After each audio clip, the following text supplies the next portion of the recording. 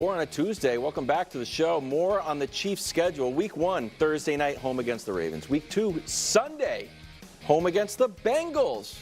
And Nick, I also want to point out this will be like a mini bye for Kansas City. Okay, you're so Thursday, Sunday. You're so annoying. Mahomes facing back-to-back AFC Championship rematches. But could this backfire? Could the Chiefs actually start 0-2? Okay, well, obviously they are not going to start 0-2. The Chiefs have lost back-to-back games 4 times total in the Mahomes era, all of them unique circumstances. The first one was at the end of 2018, right after they had basically locked up the 1 seed, took the foot off the gas a bit, lost their 2 games at the very end before the final game of the year. 2019, Mahomes got injured in a Colts game. They lost it. They then lost the next game. He played in it, but he was injured. 2021, Brew was with me for the second one. First, Baltimore did the 2-point conversion to beat them 36-35, and then the next week was the one your guy, back when you liked him, Staley, kept going for all those 4th downs, and they scored on the final play of the game. And then last year, the first loss was the Green Bay game where everyone but me, because I don't blame officials, blame the refs. And then MVS had the drop as well. And then the next one was the Buffalo offsides when I did blame officials because, come on, you haven't made that call in 17 years. Give me a break. That's it. So, no, they're not starting the year 0-2. The better question is how unfair this is for Baltimore and Cincinnati. We talked about Baltimore yesterday because I just think it is making them essentially return to the scene of the crime, except it's the other Different stadium scene, actually, of devastation. But you understand what I'm saying. Totally you have to watch them drop the banner when you thought you were going to get to hang the banner. But now you have Cincinnati. Did you know the only week Joe Burrow's played every week of his career but has never won is week 2? Did you know that Andy Reid... He starts slowly, He too. always starts slowly. Also, Andy Reid with extra time, as Wilds pointed out, as I pointed out, and then he pointed out back to me, the mini bye. Cincinnati's going to be on regular rest.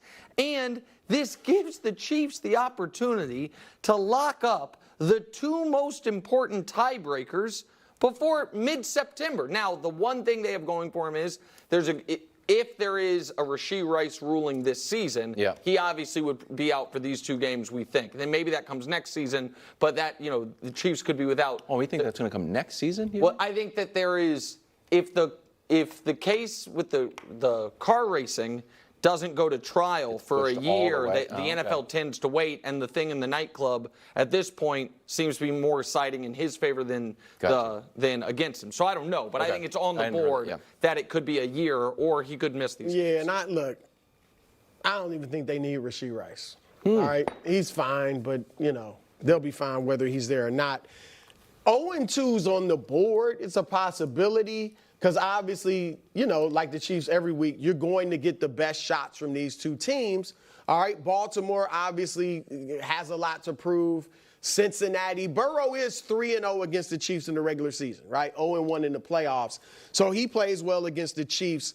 But the thing is, I think this is actually good for the Chiefs, Nick, because we know they have this motivation of getting the 3 straight Super Bowls anyway. But when you start the season like this, just like the Ravens are motivated for week 1 because they're playing the Chiefs, I think the Chiefs are going to be motivated too. Like, man, these guys think they're going to get some revenge, think they're going to prove something that they should have beat us last year. So the Chiefs, I think, Nick, will be up. I think they were up for Detroit, but I think they will be more up for this game against Baltimore and then Cincinnati than they were against the Lions. And they won't be banged up either. Right. The Detroit thing was, and again, it's not an excuse, but now we look back on it and see how the team looked at the end.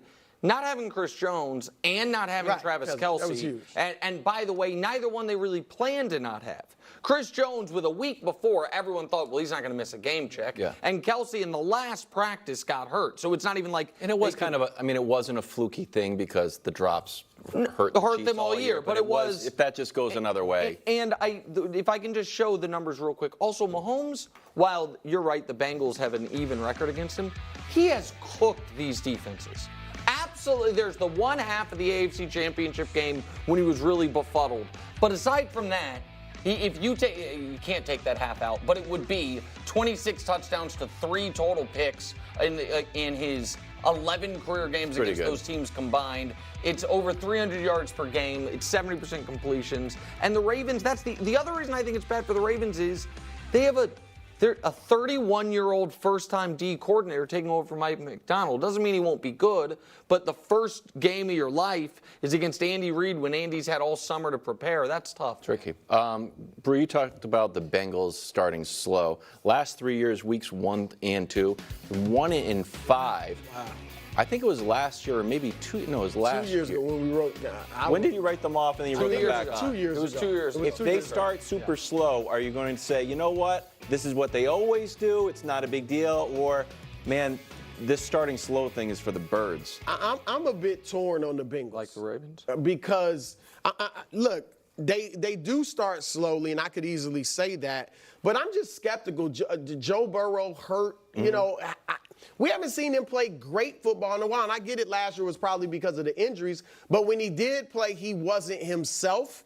Even when we thought, I think he had a game He or had two like that a was two-game excellent. stretch where it looked like him, and then he got hurt again. So I just want to see that. You got two players that have requested trades, two important players, Yes. two starters that have requested trades. I think the Bengals will keep them. But will those guys, I think they should be motivated, because if you want to get money, you need to play well. But does that cause any tension? And again, the AFC North is just, I don't think there's going to be an easy week, easy team to play in that So division. that's tomorrow when the schedule comes out. Some of the things I'm most interested in, who do the Ravens have in week 2 and who does Cincinnati have in week 1? Yeah. Because we're talking about the Chiefs start 0-2. The Chiefs are favored in both of these games. They are at home. You know what I mean? That's how the schedule fell. Nobody picks who's home or road. It's a formula, and that's how it fell. And so if you're Cincinnati or Baltimore, in that division in particular, I know Cincinnati's started 0-2 many times before and been okay, but the 0-2 start is staring down the barrel depending on who you have that very first week, or in the Ravens' case, the second week. All right, we got another week 2 game on the books. Bills in Miami, Thursday night, September 12th. AFC East odds, Brew. Buffalo, Miami, the Jets, and the frisky Patriots. Ooh, plus 2,400. I bet that line moves a little bit. Better bet to win the division, Buffalo or Miami? Look, Buffalo.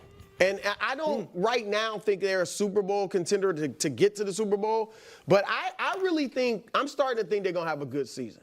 I think they're going to be more focused than they ever have been, because they have to be. All right, they don't have the luxury of having a top-notch receiver like Stephon Diggs. I think they're going to be more, I think their offense is going to be less reckless. All right, we know at the end of the season, that's right. They won what, 5-0. They didn't throw it as much. I think they're going to be a lot of 12 personnel with the 2 tight ends. I think there's going to be a lot of running the football. They will pass, obviously, but I think there's going to be a lot of running. And I just think they're, including Josh Allen, going to be more focused than ever. So I got there. And look, Miami, I'm sorry. Prove to me you can beat some good teams. 1-6 last year, Wilds, against the playoff teams. A few of their games might be in cold weather. Well, that's always, so it's not even cold, brisk. Anything below 40 degrees. And so, yeah, they're the same thing they were last year. They're cute, and they're fun to watch. They like the pop lock, and they leaned in on that by going to get OBJ. So I got Buffalo. Well, so I'm surprised you didn't mention this, because I think this is a real factor.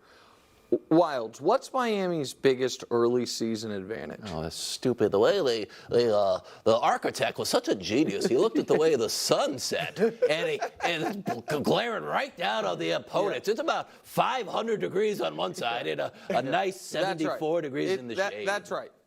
Okay, when is this game? Thursday night. Sun will be down. So, right, and you're it drives me crazy. Oh, we got to wear different uniforms. But it does seem to have an impact, yes, especially with the track meet Miami's trying to run when it's hot. You know, the 1 p.m. East Coast start times, and so now, they don't get that benefit for their first game against Buffalo. It doesn't always fall like this.